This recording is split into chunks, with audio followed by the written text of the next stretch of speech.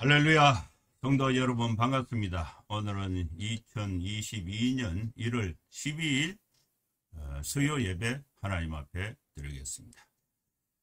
예배 오신 우리 모든 성도님들 주님의 이름으로 환영합니다. 또 예배 가운데 하나님께 영광을 돌리고 또 하나님께서 우리 모두에게 은혜를 주셔서 새 힘을 얻고 또 성령으로 충만하는 그런 예배 시간이 될 수 있기를 바랍니다. 먼저 예배 안내부터 드리겠습니다. 오늘 설교의 제목은 무화과 나무의 비유를 배우라. 마태복음 24장 29절에서 41절 말씀을 본문으로 해서 말씀을 강론하겠습니다.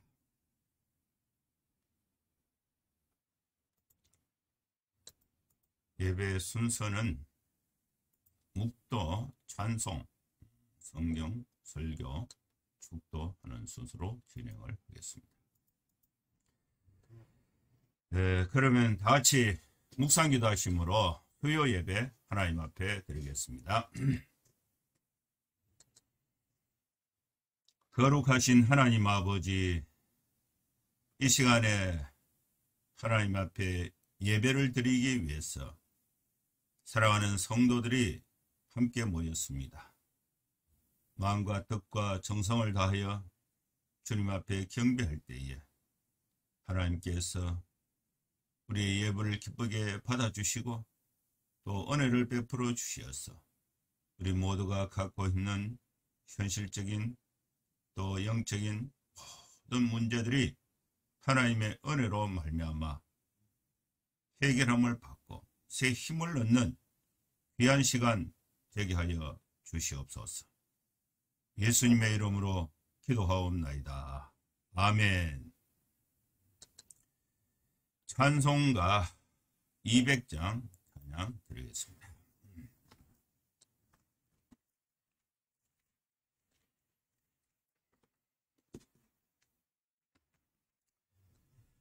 알고 묘한 그 말씀 생명의 말씀은 귀한 그 말씀 진실로 생명의 말씀이 나의 길과 믿음 밝히 보여주니 아름답고 귀한 말씀 생명샘이로다.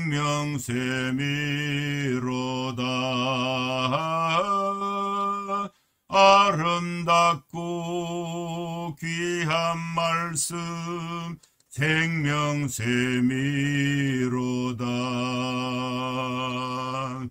귀한 주님의 말씀은 내 노래 되도다.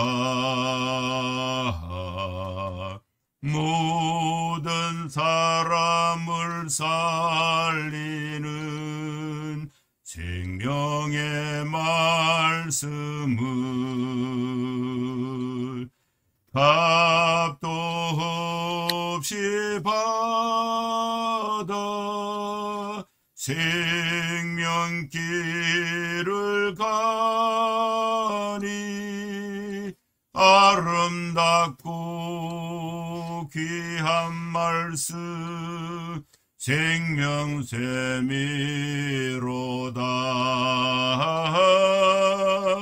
아름답고 귀한 말씀 생명샘이로다.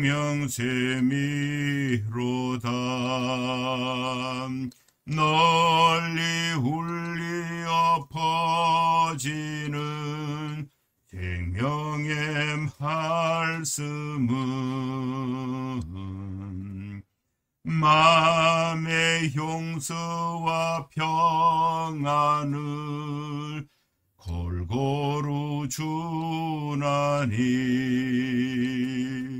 다만 예수 말씀 듣고 복을 받네. 아름답고 귀한 말씀 생명샘이로다.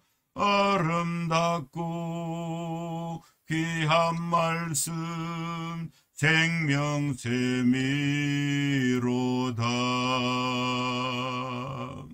아멘.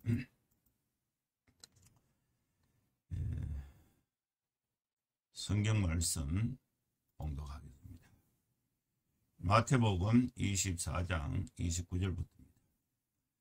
그날 환란 후에 즉시 해가 어두워지며 달이 빛을 내지 아니하며 별들이 하늘에서 떨어지며 하늘의 권능들이 흔들리리라. 그때에 인자의 징조가 하늘에서 보이겠고 그때에 땅의 모든 족속들이 통곡하며 그들이 인자가 구름을 타고 능력과 큰 영광으로 오는 것을 보리라. 그가 큰 나팔 소리와 함께 천사들을 보내리니 그들이 그의 택하신 자들을 하늘 이 끝에서 저 끝까지 사방에서 모으리라. 무화과 나무의 비유를 배우라. 그 가지가 연하여지고 잎사귀를 내면 여름이 가까운 줄을 아나니 이와 같이 너희도 이 모든 일을 보거든 인자가 가까이 곧 문 앞에 이른 줄 알라. 내가 진실로 너희에게 이르노니 이 세대가 지나가기 전에 이 일이 다 일어나리라. 천지는 없어질지언정 내 말은 없어지지 아니하리라. 그러나 그 날과 그때는 아무도 모르나니 하늘의 천사들도 아들도 모르고 오직 아버지만 아시느니라. 노아의 때와 같이 인자의 임함도 그러하리라. 홍수전에 노아가 방주에 들어가던 날까지 사람들이 먹고 마시고 장가들고 시집가고 있으면서 홍수가 나서 그들을 다 멸하기까지 깨닫지 못하였으니 인자의 임함도 이와 같으리라. 그때에 두 사람이 밭에 있으며 한 사람은 데려가고 한 사람은 버려둠을 당할 것이요 두 여자가 맷돌질을 하고 있으며 한 사람은 데려가고 한 사람은 버려둠을 당할 것이니라. 아멘. 하나님께서 오늘 수요 예배에 우리에게 주신 이 말씀을 본문으로 해서 무화과 나무의 비유를 배우라. 이 주제로 말씀을 강론하고자 합니다. 우리가 수요 예배에 함께 한다는 것은 오프라인에서는 함께 한다는 것은 오늘날 우리 삶의 구조를 보면은 쉽지가 않습니다. 근무를 하다가 이제 저녁 시간에 교회로 이렇게 나와야 되는데 쉽지가 않아요. 그러다 보니까 이렇게 유튜브를 통해서 온라인 예배도 참석하는 숫자가 매우 적어요. 그런 사정이 있지만은 우리가 또 저희 은혜를 사모하는 마음을 가지고 예배에 참석해서 또 기도하고 찬송을 드리고 또 성경을 들으면서 또 하나님이 주신 은혜 가운데 여러분 새 힘을 얻을 수 있기를 주의 이름으로 축원합니다. 오늘 하나님께서 우리에게 주신 이 본문의 말씀은 마태복음 24장 29절입니다. 29절 말씀에 보면 그 환란이 있다. 환란 후에 되어질 일 네 가지에 대해서 설명하고 있습니다. 여러분, 우리는 환란의 때가 있습니다. 예수님께서 24장에 이 환란의 때에 대해서 말씀하실 때에 이것은 원근 통시의 방법으로 이해할 수가 있는데, 가까이에는 예루살렘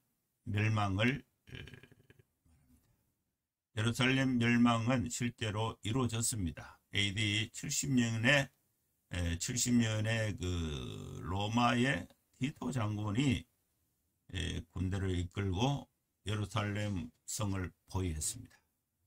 포위할 때에 3년을 포위했는데 3년을 포위하고 거기에 이제 더 이상 성 안에서 먹을 수 있는 양식이나 이게 다 떨어지고 하니까 이제 성문이 열리는데 이때에 유대인들이 110만 명이 죽었습니다.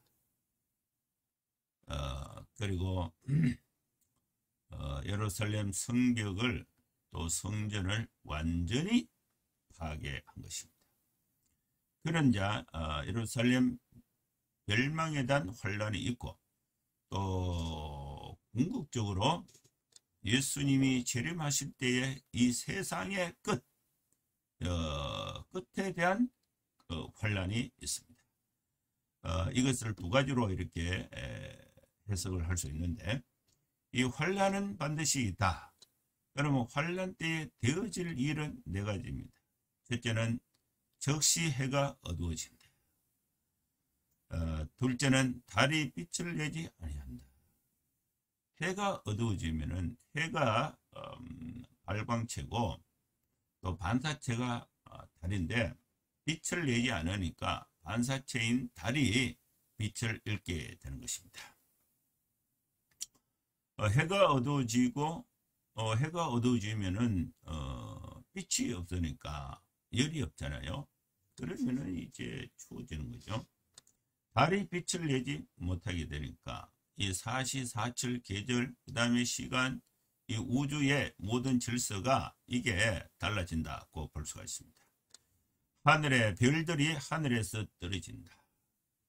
하늘의 별이 공중에 있는데 지구하고 다른 별들하고 만류 인류 이것이 구조를 가지고 딱 그 공간에서 이루어지고 있는데 별들이 떨어진다. 하늘에서 떨어진다. 우주 질서의 변화를 예고하고 있는 것입니다. 그리고 하늘의 권능들이 흔들리게 된다. 이 내용은 예수님께서 환란 후에 될 일에 대해서는 해가 아직 어두워진 것이 없고 달의 빛을 내지 않은 것이 없고 별들이 하늘에서 떨어진 것이 없고 하늘의 권능들이 아직 흔들린 것은 아니에요. 이것이 이루어진 것은 아닙니다. 그러면 그때에 이런 자연 만물의 자연계에 이런 변화가 있을 때에 그때에 인자의 징조가 하늘에서 보이겠다. 인자라는 것은 예수님을 말하는데 예수님의 재림을 이제 의미하는데 인자의 징조가 하늘에서 보이겠다. 그리고 땅의 모든 족속들이 통곡하게 된다는 것입니다. 인자가 구름을 타고 오는 것을 보리라. 인자가 예수님께서 구름 타고 재림하실 때에 하늘에서 보이겠고 땅의 모든 족속들이 통곡하게 되고 인자 예수님이 구름 타고 오시는 것을 볼 때의 그 광경, 그 모습 자체가 능력과 큰 영광으로 오시게 된다는 것입니다. 뭐 한쪽 구석에 딱 숨어서 재림했다 이런 것은 없어요. 시한부 종말론 또 종말을 주장했던 지금까지 지구상에 종말을 주장하였고 메시아라고 주장했던 이단들은 하나도 여기에 이루어진 것은 없습니다. 인자가 구름 타고 오실 때에 큰 나팔 소리와 함께 천사들을 보내신다. 인자가 보내신 그 천사들은 와서 뭘 하느냐 하면은 그의 택하신 자들을 하늘 이 끝에서 저 끝까지 사방에서 택하신 자를 모은다는 것입니다. 이 말씀이 29절에서 이제 31절까지 있는 말씀인데 이 말씀을 정리해서 요약을 하면은 환란은 반드시 있다. 환란 후에는 징조가 있는데 해가 어두워지고 달의 빛을 내지 않고 별들이 떨어지고 하늘의 권능이 흔들린다. 그때에 인자가 재림하신다. 예수님의 재림이 있습니다. 재림할 때에 징조가 하늘에서 보인다는 것입니다. 재림, 하늘에 누구나 다 볼 수 있는 모습으로 예수님이 재림하신다.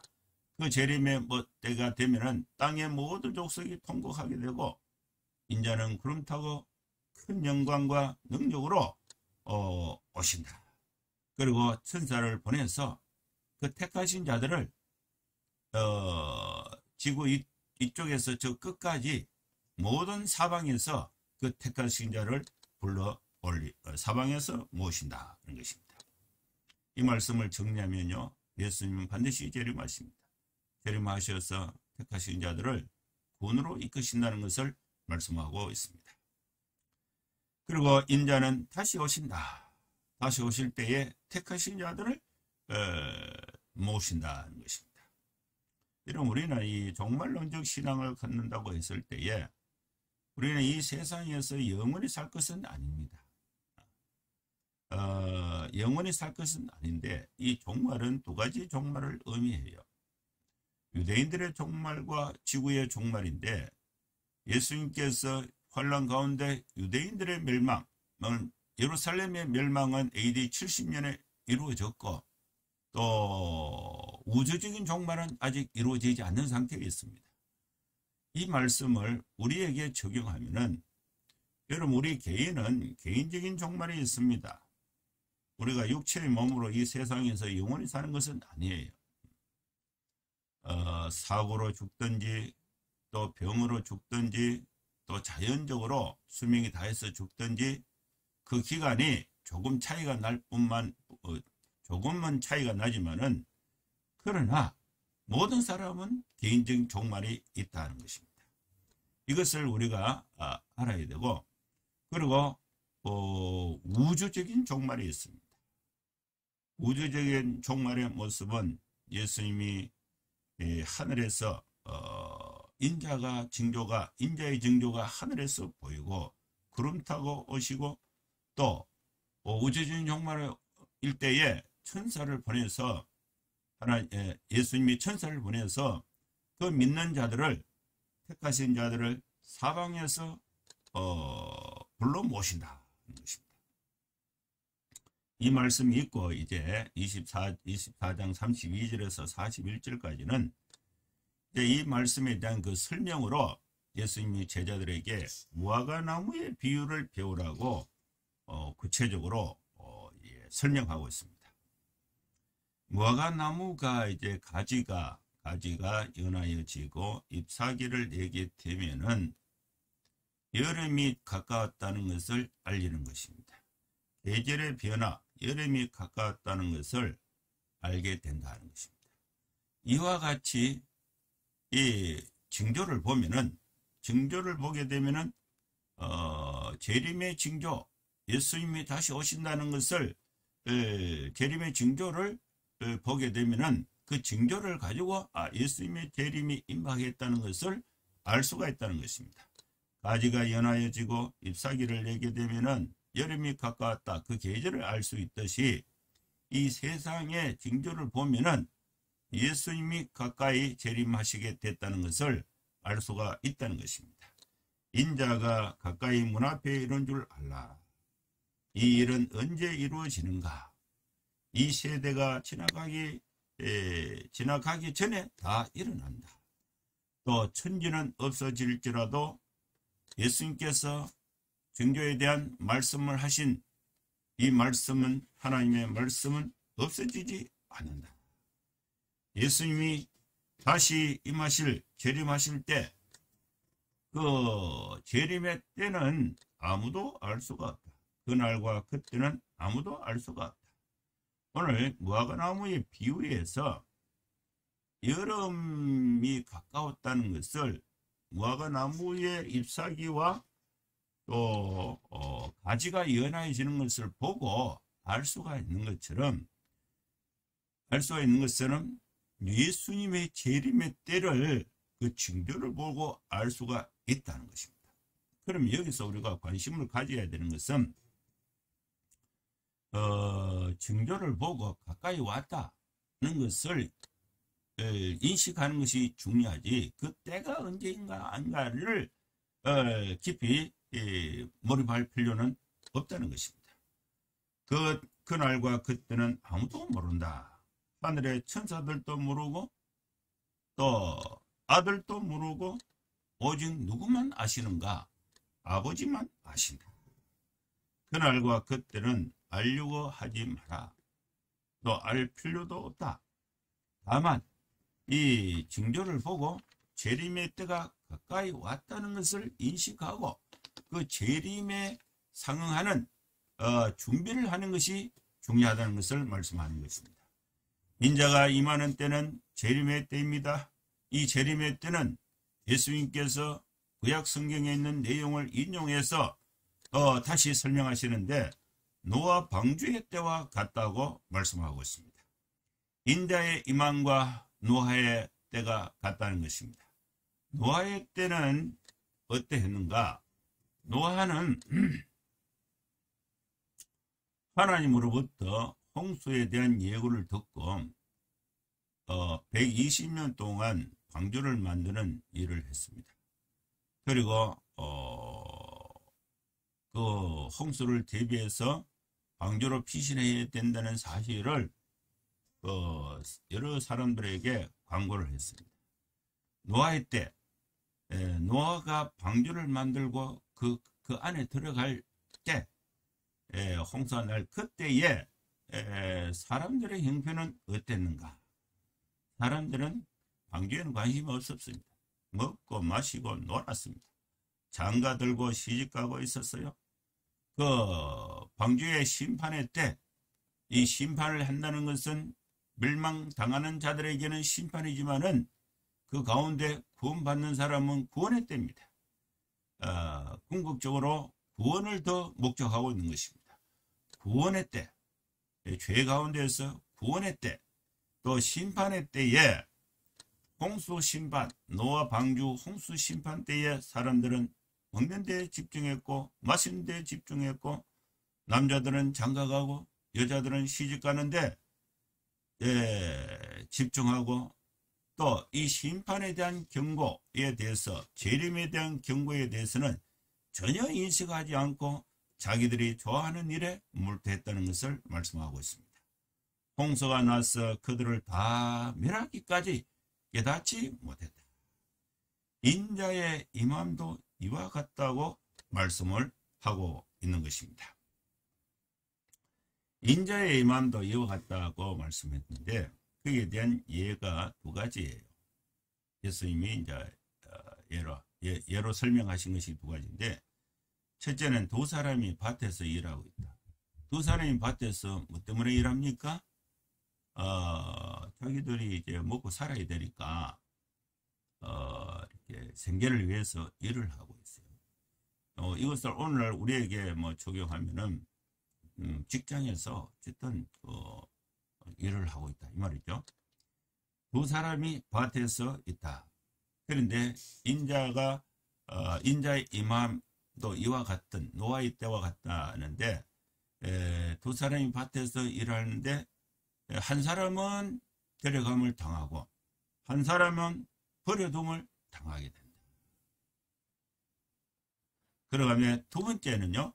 두 여자가 이제 곡식을 갈아서 그걸 가지고 뭐 떡을 만들든지 죽을 만들든지 맛있는 음식을 만들어서 식구들하고 먹으려고 두 사람이 맷돌질을 하고 있는데 한 여자는 데려감을 당하고 한 여자는 버려둠을 당하게 된다.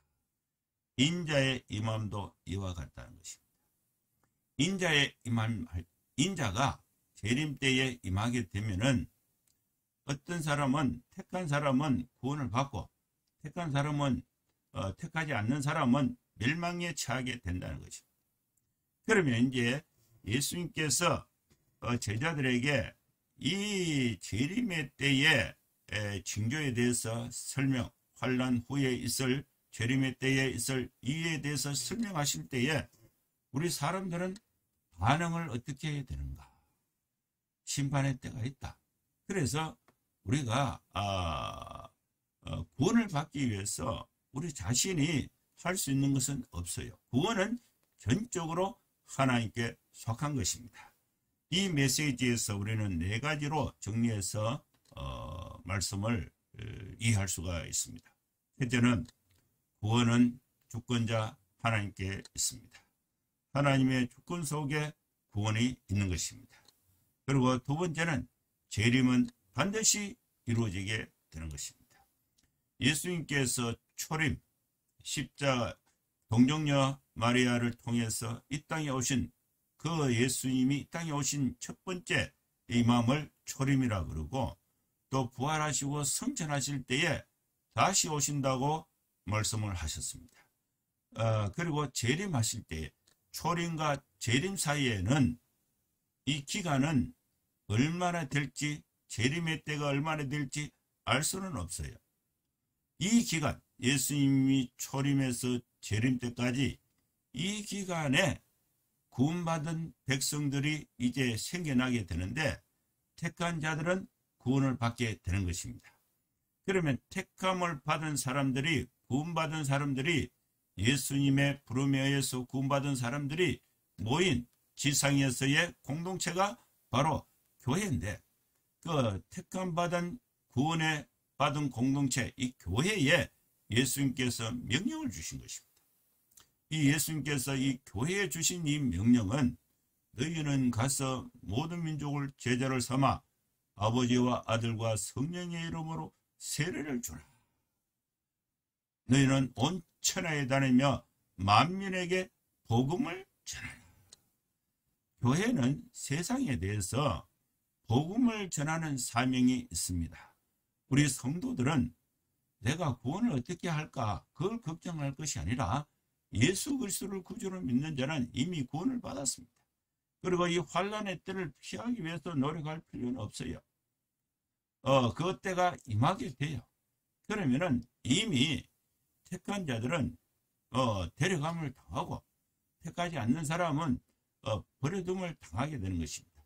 구원과 멸망과 구원에 대한 전적인 조건은 우리 인간이 할 수 있는 것은 없습니다.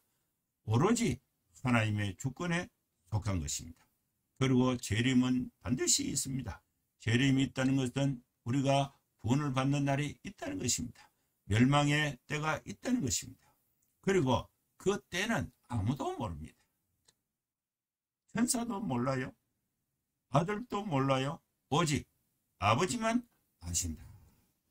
그래서 여러분, 우리가 신앙생활을 하면서 구원의 때가 5년 후에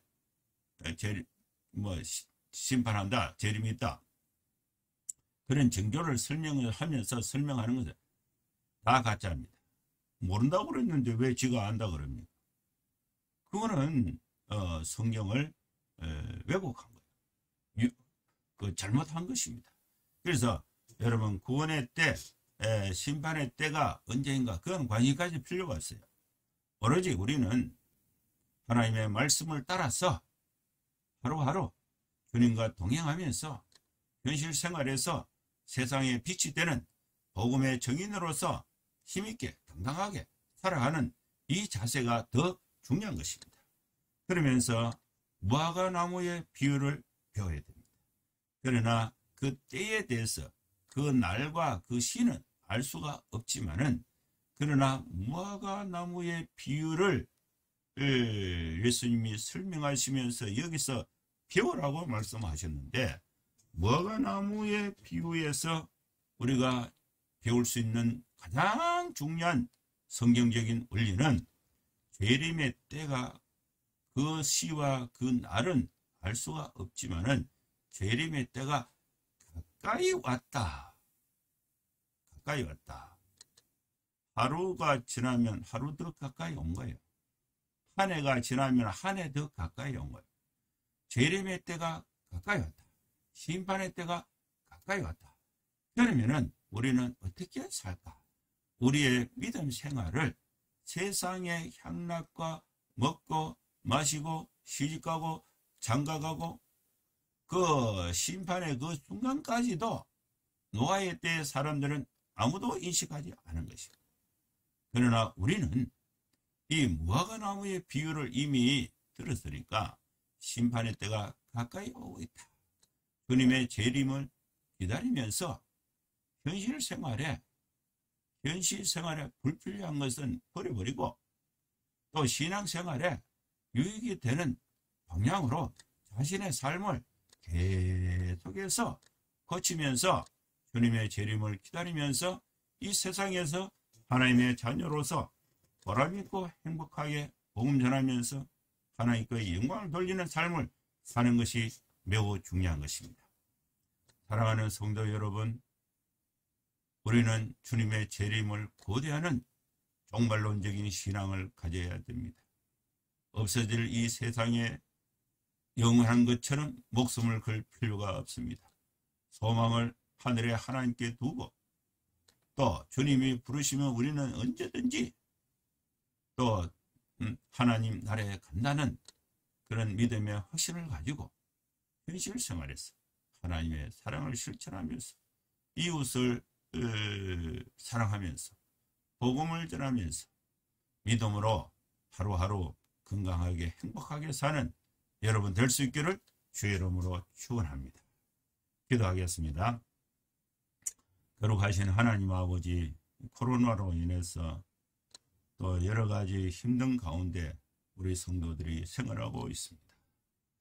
그러나 이 징조 가운데 너무나 주눅들지 않고 또 여기에 몰입되지 않고 주님이 재림하신다는 재림의 소식을 우리가 무화과 나무의 비유를 통해서 재림의 때가 가까이 왔다는 것을 우리가 인식하고 확신하고 하루하루 또 주님의 뜻에 합당한 믿음의 생활을 감당할 수 있는 우리 모든 성도들의 삶이 되게 하여 주시옵소서. 예수님의 이름으로 기도하옵나이다. 아멘. 축도하겠습니다. 이제는 우리 구주 예수 그리스도의 크신 은혜와 하나님의 사랑과 성령의 감동함과 역사 충만 축복하심이 이곳에 함께 예배하는 모든 성도들 머리머리 위에 이제로부터 영원토록 함께 있을지어다. 아멘. 예, 감사합니다. 예배는 마쳤습니다. 건강하게 코로나 상황 가운데서도 마스크 착용, 손 씻기, 거리 두기 잘 유지해서 건강하고 안전하게 생활하시고 또 그렇다고 너무 위축되지 말고 이렇게 힘있게 생활하시고 다음 주에 또 뵙도록 하겠습니다.